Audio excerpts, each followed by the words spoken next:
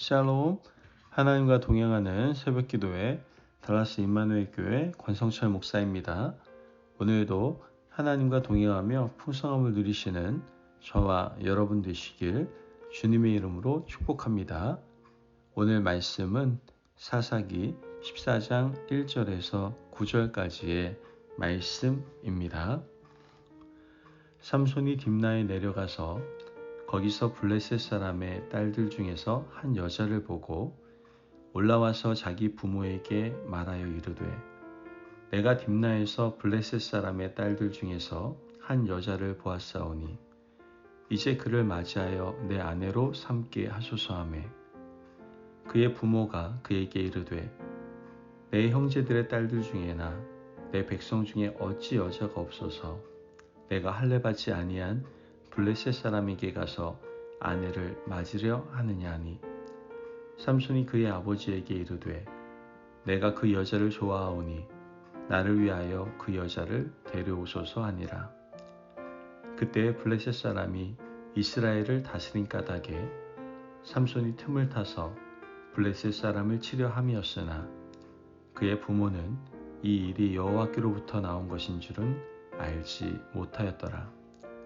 삼손이 그의 부모와 함께 딥나에 내려가 딥나의 포도원에 이른즉 젊은 사자가 그를 보고 소리 지르는지라. 여호와의 영이 삼손에게 강하게 임하니 그가 손에 아무것도 없이 그 사자를 염소 새끼를 찢는 것 같이 찢었으나 그는 자기가 행한 일을 부모에게 알리지 아니하였더라. 그가 내려가서 그 여자와 말하니 그 여자가 삼손의 눈에 들었더라. 얼마 후에 삼손이 그 여자를 맞이하려고 다시 가다가 돌이켜 그 사자의 주검을 본즉 사자의 몸에 벌떼와 꿀이 있는지라. 손으로 그 꿀을 떠서 걸어가며 먹고 그의 부모에게 이르러 그들에게 그것을 들여서 먹게 하였으나 그 꿀을 사자의 몸에서 떠왔다고는 알리지 아니하였더라. 아멘. 하나님의 말씀입니다. 여러분, 우리가 학교 생활을 하다 보면 공부를 잘하는 학생들이 밤마다 몇 명씩 있습니다. 공부를 잘하는 친구들을 볼 때 주위에 있는 친구들은 그 친구들은 원래 머리가 좋아서 머리가 타고나서 그렇다라고 생각을 하죠. 그러나 더 자세히 살펴보면 정말 그 중에 타고난 천재는 몇 명 되지 않습니다. 대부분의 공부 잘하는 친구들은 노력하고 고생을 한다는 것이죠. 자신들이 연습하면서 푼 틀린 문제들은 다시 틀리지 않으려고 노력하는 친구들이 대부분이다라는 겁니다. 이와 같이 잘 몰라서 틀린 문제를 다시 틀리지 않으려고 하는 자세는 학업에서나 인생에서나 굉장히 중요한 자세입니다. 사람들은 누구나 성공을 꿈꾸죠. 하지만 인생에서의 성공은 작은 하루의 일상들이 모여서 이루어진다는 사실을 간과하고 놓칠 때가 많이 있다는 것이죠. 매일의 삶을 돌아보면 작은 단위의 삶에서 실패하는 일들이 참 많습니다. 하루, 일주일, 한 달, 혹은 1년 동안 실패를 수없이 반복합니다. 길고 긴 인생에서 성공하기 위해서는 짧은 단위의 실패를 되새겨 다시는 이런 실패를 반복하지 않는 것이 중요하다는 것이죠. 오늘 우리가 읽은 본문의 삼손 이야기는 사사기에서 가장 긴 분량을 차지하고 있습니다. 삼손이 어떤 사람입니까? 사사기에서 나오는 많은 사사들 중에 유일하게 준비된 사사입니다. 다른 사사들은 생업의 현장에서 하나님의 영이 임해서 갑자기 사사로 임명을 받았습니다. 어떤 사람은 양털을 깎다가 어떤 사람은 타작을 하다가 호련히 하나님의 영이 임해서 사사로 세움을 받고 이스라엘을 구원했습니다. 그런데 삼손은 달랐어요. 그의 아버지 마노아는 믿음이 좋은 사람이었고 또 어머니도 훌륭한 사람이었습니다.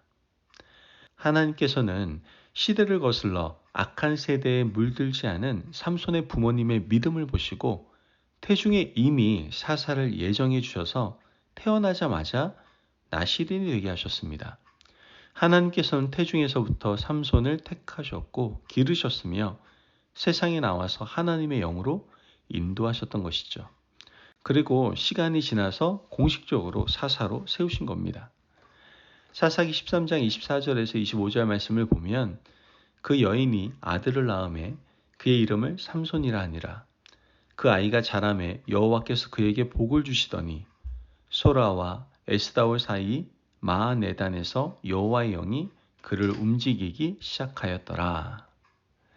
말씀을 보면 사사기에 나오는 전형적인 표현 여호와의 영이 임하였더라 혹은 여호와의 영이 그를 움직이기 시작하셨다라는 표현이 있습니다. 이 표현은 공식적으로 하나님께서 임명하셨다라는 말씀인 것이죠. 그런데 삼손에게는 치명적인 약점이 있었습니다. 어떤 약점일까요? 오늘 본문 1절에서 2절 말씀을 보면 삼손이 딥나에 내려가서 거기서 블레셋 사람의 딸들 중에서 한 여자를 보고 올라와서 자기 부모에게 말하여 이르되 내가 딥나에서 블레셋 사람의 딸들 중에서 한 여자를 보았사오니 이제 그를 맞이하여 내 아내로 삼게 하소서 하매. 말씀을 통해서 볼 수 있는 삼손의 치명적인 약점은 무엇이었습니까? 바로 보는 것이 그의 인생의 약점이었음을 우리는 알게 됩니다. 사람들은 삼손의 약점이 여자 문제라고 말하지만 사실 더 근본적인 문제는 바로 시각이었습니다. 안목의 정욕이었던 것이죠. 삼손은 사사로서 이스라엘 백성들 중에 거해야 했습니다. 이방인들이 사는 딥나, 즉 블레셋 지경에 내려갈 때는 하나님이 그에게 부여하신 특별한 임무나 일이 있을 때에 내려가야 했던 것이죠.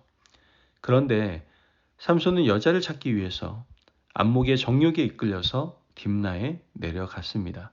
보고 보았다 이런 말씀이 삼손의 안목의 정욕을 잘 보여주고 있는 것이죠. 삼손은 사사로서 하나님의 성전에 올라가야 했는데 이방인 지경인 딥나로 내려갔습니다. 그는 사사로서 하나님의 성전에서 주의 영광을 바라보아야 했는데 그의 눈은 여인을 바라보고 있었다는 것이죠. 그는 사사로서 말씀을 읽고 묵상을 해야 되는데 그의 눈은 여인을 바라보았습니다. 또 그는 사사로서 하나님의 백성의 삶을 바라보고 백성들의 형편을 부지런히 살펴야 했는데 이방인 지경 중에 거하면서 여인을 찾고 또 찾았던 것입니다. 이것이 바로 삼손의 문제였습니다.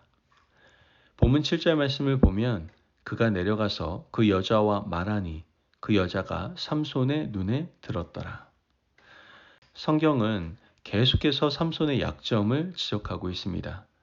바로 눈이 문제였습니다. 눈에 들었더라. 결국 삼손은 치명적인 약점을 고쳐야 했는데 고치지 않고 끝까지 그 관성에 의지해서 나아가게 됩니다. 결과가 어떻게 됐습니까? 삼손은 하나님께서 주신 천부적인 체력과 힘을 쓸데없는데 낭비하게 됩니다. 젊은 사자를 만나서 사자와 겨루고 사자를 찢어 죽이는데 그의 힘을 허비합니다. 그는 사사로서 젊은 시절의 감정을 하나님을 위하여 쓰지 못하고 여인과의 감정적인 힘겨루기에 다 소모해 버리고 맙니다. 얼마나 큰 낭비입니까? 그의 육체적인 힘은 사자와의 싸움에 써버리고 그의 정신적인 힘은 여인과의 감정 소모에 써버리는 한 민족을 이끄는 사사로서 해서는 안 되는 일을 하고 해서는 안 되는 곳에 가 있었던 겁니다. 그것이 바로 삼손의 가장 큰 문제였습니다. 여러분, 오늘 하나님께서 우리에게 무엇을 보라고 하는지, 하나님이 우리에게 어디에 가 있으라고 하는지 정확히 알고 있어야 합니다. 하나님께서 사명도 주시고 일도 맡겨주시고 직분을 주셨다면 사명과 직분은 영적인 눈으로 바라보면서 그 사명을 감당해야 합니다. 세상 사람들의 사고방식으로 생각하고 세상 사람들의 경제 논리로 보고 세상 사람들의 마음으로 본다면 우리는 영적인 것을 보지 못하고 있는 겁니다. 영적인 것은 세상의 가치보다 더 깊은 것을 요구합니다. 가끔 교회에서 사용하는 물질이라든가 교회에서 내가 헌신하는 것이 때로는 소모적으로 보일 수도 있습니다. 하지만 영적인 눈으로 보면 전혀 아깝지 않고 전혀 소모적인 일이 아니다라는 것이죠. 삼손을 인간적인 눈으로 바라보면 젊은 총각이 여인을 바라보는 것이 뭐 그렇게 문제가 되는가 할 수 있습니다. 그러나 삼손은 누구입니까? 사사입니다. 한 민족을 이끄는 젊은 사사로서 민족을 그의 눈에 두어야 했고 하나님의 말씀을 그의 눈에 두어야 했고 성전을 그의 마음에 두어야 했는데 그는 하나님께서 피로 값주고 사신 하나님의 백성들과 성전이 아닌 이방 여인을 그의 눈에 두었던 겁니다. 이것이 바로 그의 문제였던 것이죠. 결론적으로 말하면 삼손은 이 문제를 고쳤을까요? 고치지 못했습니다. 하나님은 그에게 블레셋 사람들을 통해서 경고하셨습니다. 그와 결혼한 여인을 통해서 들어온 블레셋 사람들은 그를 이용하고 그가 낸 수수께끼의 답을 여인을 통해서 찾아가 버렸습니다. 삼손은 한 번의 실수를 통해서 깨닫고 실수의 자리를 벗어나야만 했습니다. 그러나 드릴라에게 속아 머리털은 깎이고 체포를 당하게 되죠. 철저하게 실수의 자리에 벗어나지 못하고 고치지 못하니까 2번, 3번 악한 영에 의해 당하게 되는 것을 보게 됩니다. 여러분, 우리 인생도 실수하는 것, 실패하는 것 참 많습니다. 그것을 하나하나 믿음 안에서 바로 잡아가지 못하면 우리는 10년이 지나고 20년이 지난 후 분명 후회하게 될 겁니다. 그러므로 오늘 하루의 삶과 한 주간의 또한 한 달의 삶을 돌아보시며 하나님 앞에서 잘못된 것은 고쳐나가시고 나를 말씀 앞에서 복종시켜 큰 후회하지 않는 저와 여러분이 되시길 주님의 이름으로 축복합니다. 아멘. 기도하겠습니다. 사랑이 많으신 하나님 감사합니다. 오늘도 우리에게 귀한 말씀의 은혜 허락하심을 감사합니다. 하나님, 한두 번 실수한 것을 가슴에 새겨 다시는 같은 잘못을 실수를 반복하지 않게 하여 주옵소서. 무엇보다도 나의 눈과 마음이 하나님의 말씀과 하나님의 백성들의 삶에 머물러 있게 하여 주셔서 허락하신 사명의 충성을 다함으로 하나님의 영광을 돌리는 삶을 살게 하여 주옵소서. 감사하며 예수님의 이름으로 기도합니다. 아멘. 오늘도 하나님과 동행하며 풍성함을 누리시는 저와 여러분 되시길 주님의 이름으로 축복합니다. 여러분, 우리의 마음과 눈과 생각이 바르게 되어서 늘 하나님을 기쁘시게 해드리는 온전한 삶을 살아가시길 바랍니다. 말씀 안에 승리하십시오.